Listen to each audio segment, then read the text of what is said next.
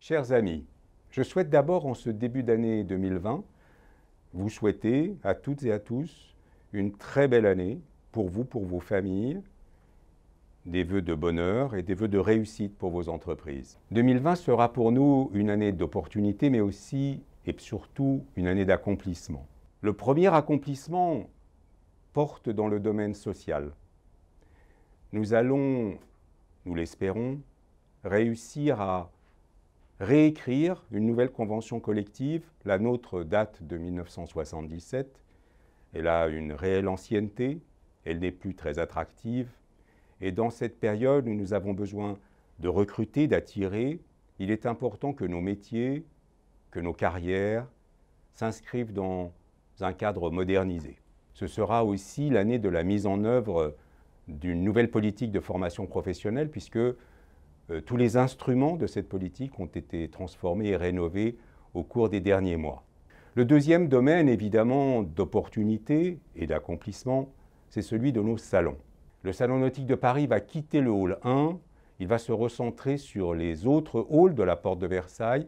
Ce sera l'occasion de rénover en profondeur et son organisation et ses visuels. C'est une transformation suffisamment importante pour que nous cherchions à avoir votre avis, et en particulier à travers une concertation très libre et informelle pour que nous puissions avoir l'avis de tous nos adhérents d'ici l'Assemblée générale qui aura lieu le 17 et le 18 mars prochain. Salon d'Amsterdam aussi, le Metz, dont vous savez qu'il est devenu le premier salon pour toutes nos industries des équipementiers. C'est un salon majeur, c'est un salon vis-à-vis duquel l'AFIN a décidé de s'investir, d'en reprendre la responsabilité en termes d'organisation de la présence française et de l'étendre à de nouveaux pavillons. C'est un des gros enjeux de 2020 et pour nos équipementiers et pour votre fédération. Ce sera aussi l'année du dénouement de notre contentieux sur le Salon de Cannes. Vous le savez, nous avons gagné en première instance et nous attendons pour la fin de cette année le jugement d'appel qui permettra, nous l'espérons, à la Fédération de reprendre la pleine responsabilité du Salon nautique de Cannes. Ce sera enfin une année importante dans l'évolution de nos enjeux environnementaux, vous le savez, majeurs pour l'avenir de notre industrie, aussi bien sur le plan de la gestion des espaces marins que sur le plan des matériaux et des rejets, sujets sur lesquels tous nous travaillons à des degrés divers et sur lesquels tous nous essayons de montrer et de démontrer un engagement irréversible. Nous avons créé cette année une filière de déconstruction avec l'APER.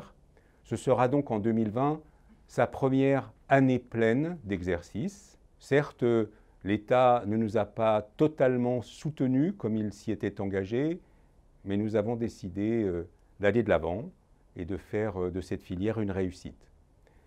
Ce sera d'ailleurs dans le prolongement l'occasion de lancer cette procédure de déconstruction des bateaux de plaisance abandonnés chez les professionnels, puisque, vous le savez très bien, c'est un sujet important pour un certain nombre d'entre vous que de trouver les moyens économiques et raisonnables d'obtenir la possibilité de déconstruire des bateaux que certains de leurs clients abandonnent chez eux.